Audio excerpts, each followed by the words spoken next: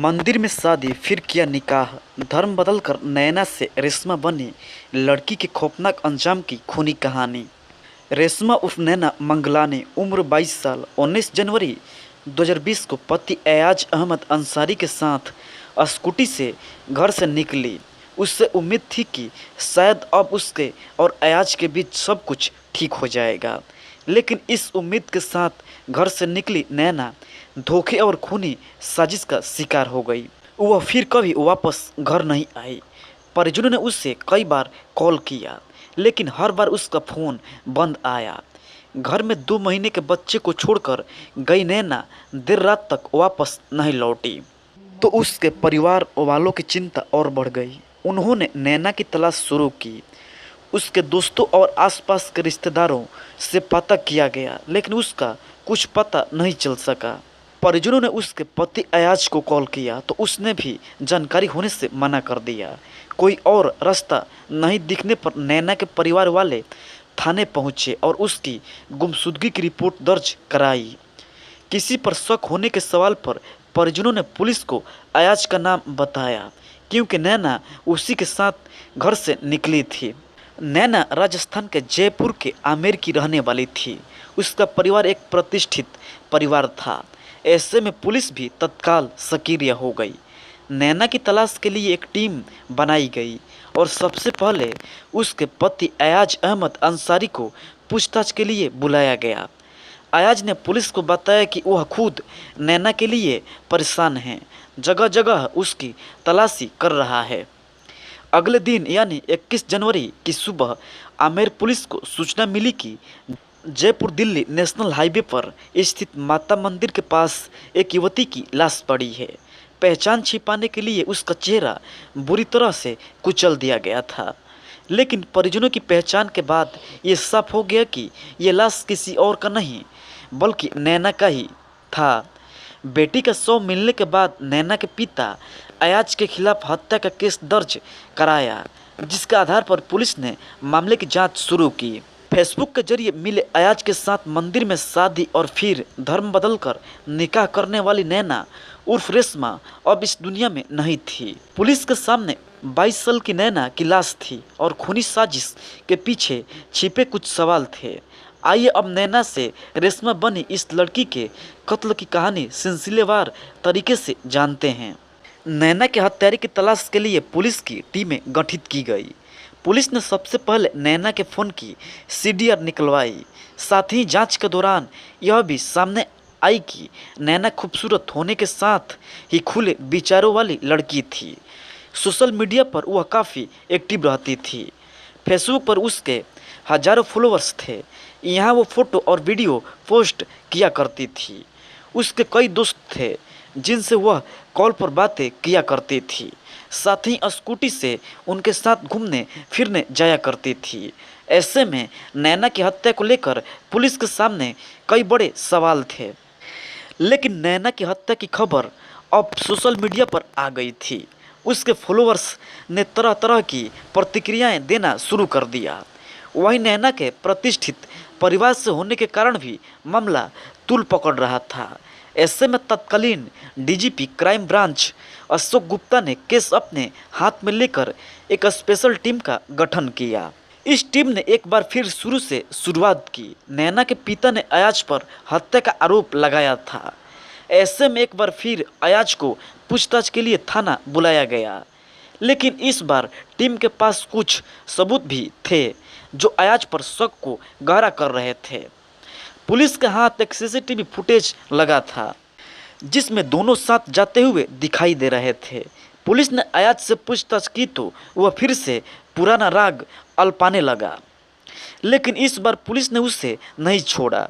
उसे कोर्ट में पेश कर 2 दिनों की रिमांड पर लिया और फिर पूछताछ शुरू की। आखिरकार एयाज ने अपना जुर्म कबूल कर लिया। हत्यारे एयाज ने पुलिस को बताया कि वह जयपुर के थारगेट सराय मोहल्ला में रहता है, साथ ही एक फाइनेंस कंपनी में नौकरी करता है। नैना उर्फ रेशमा की तरह वह भी फेसबुक पर सक्रिय रहता था। एक दिन वह फेसबुक यूज कर रहा था, तभी उसने नैना की तस्वीरें देखी तो उससे पहले ही नज़र में उससे प्यार हो गया। इसके बाद उसने नैना को फ्रेंड रिक्वेस्ट भेज दी। कुछ ही देर में नैना उसे एक्सेप्ट भी कर लिया। इसके बाद दोनों में दोस्ती हो गई और ये बातें करने लगे। जुलाई 2017 तक दोनों सिर्फ सोशल मीडिया के जरिए ही बातें करते थे। इसी बीच नैना क्रेडिट कार्ड बनवाने एक कंपनी में गई तो अयाज अहमद अंसारी उससे वहां मिल गया। दोनों फेसबुक फ्रेंड थे, ऐसे में वे एक दूसरे को पहचान गए। इस मुलाकात में दोनों ने एक दूसरे के नंबर भी ले लिए। अब दोनों के बीच दोस्ती गहरी हो गई थी। वे घंटों फ़ोन पर बातें किया करते थे। कुछ ही दिनों में दोनों के बीच अफेयर शुरू हो गया। वे मिलने भी लगे, लेकिन अब दोनों बहुत आगे बढ़ चुके थे और शादी करके साथ रहना चाहते थे। दोनों का धर्म अलग अलग होने के कारण परिवार वाले शादी के लिए राजी नहीं थे, इसलिए उन्होंने भागकर शादी करने का फैसला किया। अक्टूबर 2017 में नैना घर से भागकर अयाज के पास आ गई। पहले दोनों ने मंदिर में शादी की, फिर नैना ने अपना धर्म बदल लिया। वह नैना से रेशमा बन गई और फिर उसने अयाज के साथ निकाह कर लिया। निकाह के बाद दोनों उत्तर प्रदेश के गाजियाबाद में रहने लगे। परिवार वालों को दोनों के निकाह की खबर लगी तो वे पहले तो नाराज हुए, लेकिन बाद में उन्होंने दोनों को अपना लिया। परिवार की सहमति मिलने के बाद दोनों जयपुर में आकर रहने लगे। इसी बीच रेशमा भी गर्भवती हो गई। दोनों की शादी को करीब 2 साल हो गए थे और अब इनके बीच लड़ाई झगड़े अक्सर शुरू हो गए थे। इसकी सबसे बड़ी वजह थी फेसबुक, वही फेसबुक जिससे दोनों की लव स्टोरी शुरू हुई थी। दरअसल अयाज को अब रेशमा का फेसबुक चलाना पसंद नहीं आ रहा था। वह पूरे दिन फेसबुक पर एक्टिव रहती थी और अपने दोस्तों के साथ फ़ोन पर बातें करती रहती थी। अयाज ने इससे लेकर रेशमा को कई बार टोका, लेकिन उसने साफ कह दिया कि वह फेसबुक चलाना और अपने दोस्तों से बात करना नहीं छोड़ेगी। इस बात को लेकर दोनों के बीच कई बार झगड़े भी हुए। इसी बीच रेशमा एक बच्चे की मां बन चुकी थी, लेकिन उसके फेसबुक चलाने और दोस्तों से बात करने का सिलसिला जारी था। अयाज को लग रहा था कि रेशमा उसे इग्नोर कर रही है। अगर वह फेसबुक चलाती रही तो उसकी ज़िंदगी में कोई और लड़का आ जाएगा। इस बात को लेकर एक बार फिर दोनों के बीच झगड़ा इतना बढ़ गया कि अयाज ने रेशमा पर हाथ उठा दिया। अयाज के मारपीट करने से नाराज रेशमा ने घर छोड़ दिया और अपने पीहर आ गई। रेशमा का घर छोड़कर जाना अयाज को नागवार गुजरा। उसके बाद उसने फैसला किया कि वह रेशमा को मार डालेगा। पति को चल गया था पत्नी से भांजे के अवैध संबंध का पता। पत्नी ने घर में हत्या करवाकर शव को बाहर फेंक दिया। फिजिकल थाना अंतर्गत अशोक विहार कॉलोनी में निवासरत बिल्डिंग मटेरियल सप्लायर की हत्या पत्नी ने ही भांजे के साथ मिलकर करवाई। लाश करबला में फेंकवाने के बाद थाने जाकर लापता होने की रिपोर्ट भी दर्ज कराई थी। हत्या का कारण भांजे के साथ अवैध संबंधों में पति का बाधक बनना बताया जा रहा है। पुलिस ने पत्नी साधना, भांजे शिवम के अलावा ग्वालियर निवासी साथी सत्यम को गिरफ्तार कर लिया है। दतिया के रहने वाले 2 आरोपी अभी भी फरार हैं। अशोक विहार कॉलोनी में निवासरत building material supplier Nitin Sharma के 4 से 5 मई के दरमियान रात घर से लापता होने की शिकायत पत्नी साधना ने दर्ज कराई थी। 6 मई की सुबह लाश करबला में पड़ी मिली। पुलिस ने पड़ताल शुरू की तो साधना ने पहले ही दिन एक फूलवाली पर संदेह जाहिर कर दिया। पुलिस ने फूलवाली से पूछताछ की। तुरंत उससे पूछताछ में सिर्फ इतना सामने आया कि उसके और नितिन के बीच संबंध थे, परंतु उसकी हत्या में उसका कोई हाथ नहीं है। साधना ने पुलिस को व्यापारिक प्रतिद्वंदिता की बात भी बताई, लेकिन वहां से भी पुलिस को कुछ सुराग नहीं मिला। अंततः मामले के विवेचक टीआई रजनी चौहान ने नितिन के उस घर से ही पड़ताल शुरू की तो नितिन के 3 जोड़े जूते उसके घर पर ही रखे थे। जो कपड़े वह गायब होने से पहले पहने हुए बताया गया था, वह भी उससे घर पर ही टंगे हुए मिल गए। पुलिस को यहीं से साधना पर संदेह हो गया। जानकारी मिली कि साधना ने नितिन के साथ प्रेम विवाह के लिए पहले पति को छोड़ दिया था। यह भी सामने आया कि पिछले 1 साल से नितिन के घर पर ही उसका भांजा डॉन उर्फ शिवम पुत्र राकेश शर्मा उम्र 26 साल निवासी गोले का मंदिर ग्वालियर में रह रहा था। जिसे नितिन ने इसलिए बुलाया था क्योंकि उसने सलैया पर एक ढाबा खोल दिया था। जब पुलिस ने शिवम के बारे में जानना चाहा तो पता चला कि नितिन ने करीब 2 माह पहले उसे अपने घर से भगा दिया था क्योंकि पत्नी साधना और भांजे शिवम के बीच अवैध संबंध का पता चल गया था। पुलिस ने यहीं से साधना से पूछताछ शुरू की और धीरे धीरे यह साफ हो गया कि साधना नहीं, भांजे डॉन उर्फ शिवम पुत्र राकेश शर्मा 26 साल निवासी गोले का मंदिर ग्वालियर के साथ नितिन की हत्या का षड्यंत्र रचा था।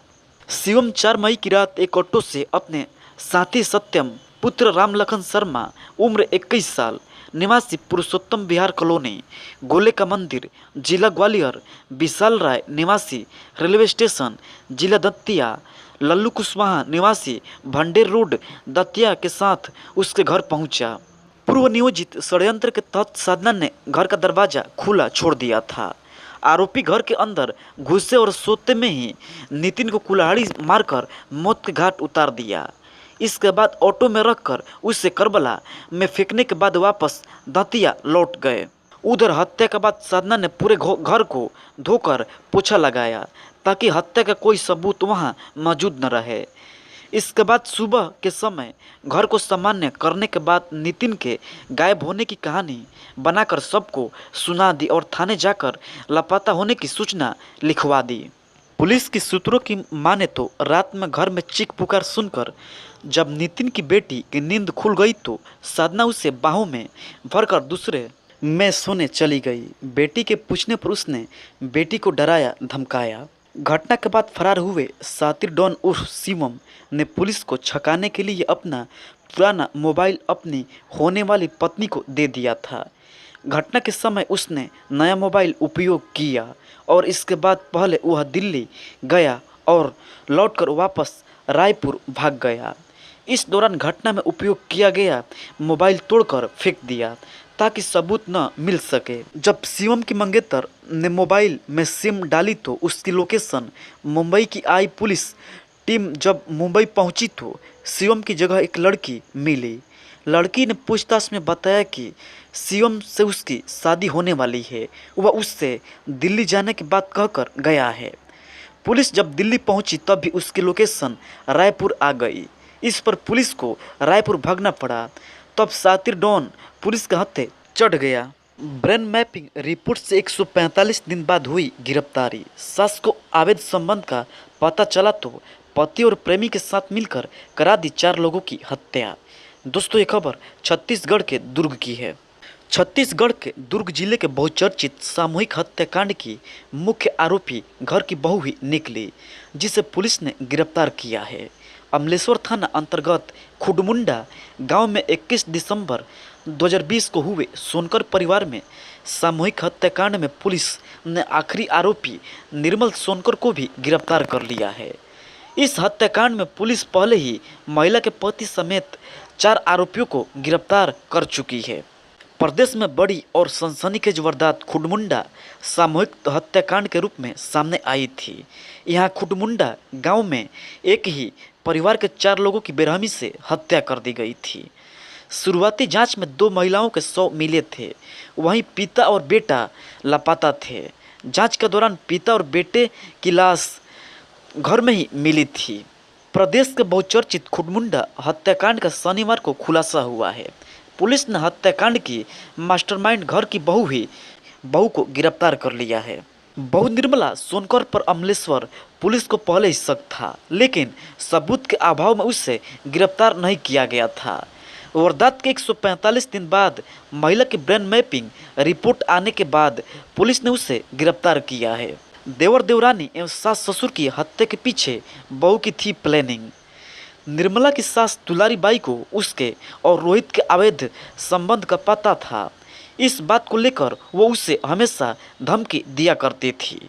सास दुलारी बाई से बदला लेने के लिए निर्मला ने ही प्रेमी रोहित को पति गंगाराम से मिलवाया था।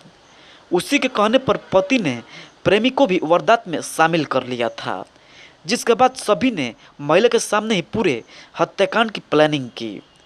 वारदात के पहले और बाद में महिला के साथ सभी ने घर में पार्टी भी की थी। हत्याकांड में 84 दिन बाद पुलिस ने मामले का खुलासा किया है और गंगाराम, उसके पड़ोसी महाकाल, दोस्त नरेश और पत्नी प्रेमी रोहित को गिरफ्तार कर जेल भेज दिया था। लेकिन मास्टरमाइंड बहू उस समय से गिरफ्त से बची हुई थी। सामूहिक हत्याकांड की पूरी कहानी। दुर्ग जिले में 21 दिसंबर 2020 में खुडमुंडा गांव में उस समय हड़कंप मच गया था, जब यहां स्थित बाड़ी में एक साथ 4 लोगों की लाश मिली थी। सूचना मिलने के बाद पुलिस ने जांच शुरू की। पहले तो घटना में 2 ही शव मिले थे, लेकिन बाद में पानी की टंकी में 2 और शव बरामद किए गए, जो मृतकों में बलराम सोनकर, पत्नी दुलारी सोनकर, पुत्र रोहित सोनकर और बहू कृतिन सोनकर शामिल शव मिले थे। आरोपियों ने दुलारी और कृतिन के सिर पर सिलबट्टे से वार किया था, इससे उसकी मौत हो गई थी। इस हत्याकांड के बाद इलाके में खौफ का माहौल है। दुर्ग के रायपुर तक पुलिस महकमे में हड़कंप मच गया था। गृह मंत्री समेत बड़े नेताओं ने गांव में आकर सोनकर परिवार और ग्रामीणों से मुलाकात की थी और घटना की अच्छे से जांच के निर्देश दिए थे। इस घटना में 11 साल का नाबालिग घायल हुआ था। वहीं इस पूरी वारदात का अकेला गवाह था, जिसकी मदद से पुलिस ने आरोपियों के स्केच जारी किए थे और जांच कर आरोपी तक पुलिस पहुंचने में कामयाब हुई थी। इस हत्याकांड में हो चुकी है गिरफ्तारी। पुलिस ने 18 मार्च 2021 को निर्मला के पति गंगा, उसके दोस्त महाकाल, पड़ोसी नरेश और रिश्तेदार रोहित को गिरफ्तार कर जेल भेज दिया था। इन 4 आरोपियों को गिरफ्तार किया गया है। उसमें से एक आरोपी मृतक का बेटा है। बेटा वारदात के बाद से ही खुडमुंडा गांव में था। पुलिस ने उससे कई बार पूछताछ भी की थी। बाद में नार्को टेस्ट के बाद सबूत के आधार पर पुलिस ने बेटे समेत 4 आरोपियों को गिरफ्तार किया है। अवैध संबंध और जमीन विवाद के चलते सामूहिक हत्याकांड हुआ था। निर्मला के पति गंगा, उसके दोस्त महाकाल, पड़ोसी नरेश और रिश्तेदार रोहित को पुलिस पहले से ही गिरफ्तार कर चुकी है। दुर्ग ग्रामीण एसएसपी अनंत साहू ने बताया कि महिला की ब्रेन मैपिंग टेस्ट की रिपोर्ट के आधार पर गिरफ्तार कर 26 मई को जेल भेज दिया गया है। महिला की भूमिका पहले दिन से ही संदिग्ध थी। रिपोर्ट से पता चला कि यह वारदात का मास्टरमाइंड थी। कोबरा से नस्वाकर बॉयफ्रेंड अंकित चौहान को दी मौत। जहरीली गर्लफ्रेंड माही की पूरी कहानी। कारोबारी अंकित चौहान की सांप से डसवाकर हत्या करवाने वाली प्रेमिका माही उर्फ डॉली और उसके साथी दीप कंडपाल को पुलिस ने रविवार सुबह रुद्रपुर से गिरफ्तार किया है। दोनों कोर्ट में सरेंडर की फिराक में थे। वहीं नौकर और उसकी पत्नी पुलिस की गिरफ्त से बाहर हैं।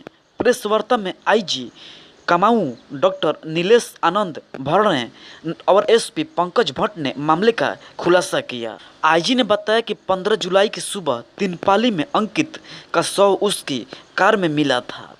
परिजनों की ओर से हत्या का शक जताने पर मामले की गहनता से जांच करवाई गई। बीते मंगलवार को पुलिस ने भोजीपुरा निवासी सपेरे रमेश नाथ को पकड़कर खुलासा किया गया कि सांप से डसवाकर अंकित की हत्या की गई थी। हत्या में अंकित की प्रेमिका माही, उसका साथी दीप कंडपाल, नौकर राम अवतार, उसकी पत्नी उषा भी शामिल थे। हत्या के बाद से ही सभी आरोपी फरार थे। सपेरे की गिरफ्तारी के बाद पुलिस ने अन्य आरोपी को पकड़ने के लिए उत्तराखंड के कई शहरों के साथ दिल्ली, हरियाणा, बरेली, पीलीभीत, नेपाल, बिहार तक दाबिश दी। रविवार सुबह पुलिस को सूचना मिली कि माही और दीप कोर्ट में सरेंडर करने के सिलसिले में किसी वकील से मिलने आ रहे हैं। इस पर महिला ने दोनों को रुद्रपुर में NNA जहां इंटर कॉलेज के समीप गिरफ्तार कर लिया। आईजी ने आरोपियों को पकड़ने वाली टीम को 50,000 रुपये का इनाम देने की घोषणा की है।